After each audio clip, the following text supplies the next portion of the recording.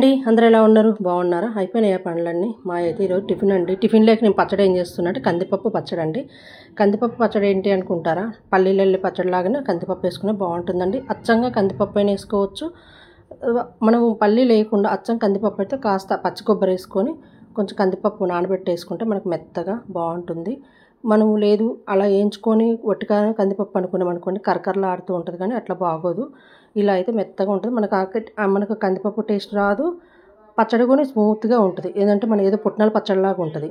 కానీ ఎప్పుడు మనం పుట్నాలు, పల్లీలు, పచ్చి కొబ్బరి, టమాటా పచ్చడి అలా కాకుండా కొంచెం డిఫరెంట్గా కూడా ఇలాగ తినవచ్చు. నేను కాస్త పల్లీలు కూడా వేసిన, కొద్దిగా పల్లీలు కొంచెం అది వేసుకుని, మీకు నచ్చితే పల్లీలు వేసుకోండి, లేదంటే కానీ అచ్చంగా కందిపప్పు వేసుకునే బాగుంటుంది. అన్నీ వేసేసుకొని పల్లీలు కొంచెం ఎండు కొబ్బరి, ఎండుమిర్చి, కరివేపాకు, మనకు కారాన్ని సరిపడినంత పచ్చిమిర్చి వేసేసాను. ఇప్పుడు మాత్రం కొంచెం కొత్తిమీర వేసుకుందాము. నా దగ్గర కొద్దిగా అంటే ఎక్కువనే బాగానే ఉంటుంది, నేను దగ్గర కొంచెం ఉందని చెప్పేసి కొంచెం కొత్తిమీర, కారాన్ని సరిపడినంత పచ్చిమిర్చి, ఎండుమిర్చి వేసుకుంటే పర్వాలేదు, ఏదైనా ఓకే. మనకి ఏది నచ్చితే అది వేసుకోవచ్చు. నేనైతే కొంచెం పచ్చిమిర్చి వేసా. అన్నీ వేసుకొని కొద్దిగా ఆయిల్ వేసుకొని కొంచెం పసుపు వేసుకుందాం. అవన్నీ వేసుకొని కొద్దిగా మగ్గబెట్టేసుకుందాం. అంటే పచ్చిమిరపకాయలు మనకు నూనెలే కదా మగ్గుతుంది. కొద్దిగా ఇది చింతపండు కొంచెం పులుపుదనం కోసం అంతే.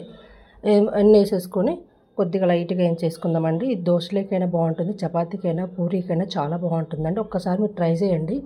లేదు నానబెట్టిన పప్పు కాకుండా ఇలా వేయించుకునే పప్పు అంటే మనం తినేటప్పుడు ఏమవుతుందంటే కరకరలా ఆడుతూ ఉంటుంది.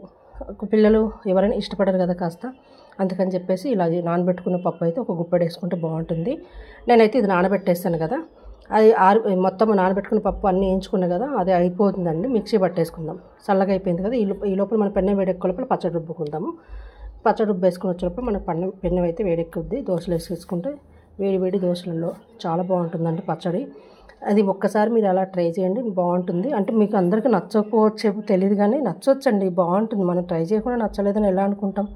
నేను కూడా ఒకసారి చూశాను, ఊళ్ళో చూస్తే కందిపప్పుతో ఏం బాగుంటుంది అనుకున్నా, వేరే వాళ్ళు చెప్పిండ్రు, ట్రై చేస్తాను, చాలా బాగుంది. 2-3 సార్లు చేశాను. సరే ఎప్పుడు పెట్టలేదు కదా, నేను దోశలు వేస్తున్నా కదా, పచ్చడి వేస్తున్నా కదా, ఈ పచ్చడి ఈరోజు చూపిద్దాం, ఎవరికైనా ఇంట్రెస్ట్ ఉంటే ట్రై చేసుకుంటారు కదా అని చెప్పేసి నేను ఈరోజు దోశలకైతే పచ్చడి చేశానండి. అందరికీ బాగా నచ్చింది, కానీ ఎవరికి చెప్పలేదు. ఇది కందిపప్పుతో చేశాను, పచ్చడి ఎవరికి చెప్పలేదు. తిన్న తర్వాత పచ్చడి బాగుంది, మా అబ్బాయి ఎప్పుడు ఇలా చేయొచ్చు కదా అన్నాడు. అదేం పచ్చడి తెలుసా? కందిపప్ప ఎలా ఉంది? నాకు పల్లీలు అంటే కొన్ని పల్లీలు కూడా వేస్తాను మీలాంటి వాళ్ళ కోసము.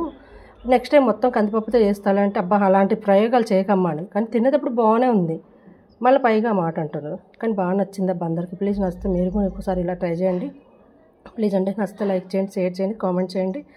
పుట్నాల పొడి కూడా కొంచెం లైట్గా దోసపైన వేసేసుకొని కొంచెం పుట్నాల పప్పు పొడి మామూలుగా మనకి ఇంట్లో ఉంటుంది కదా ఆ పొడి, అది పచ్చడి వేసుకొని తినేస్తాము. చాలా బాగుంది, నాకు కూడా బాగా నచ్చింది. అంటే ఎప్పుడు చేస్తుంటా కానీ చెప్పలేదు, ఈరోజు చెప్పాను కాబట్టి అందరికీ బాగుందన్నారు. ప్లీజ్ నచ్చితే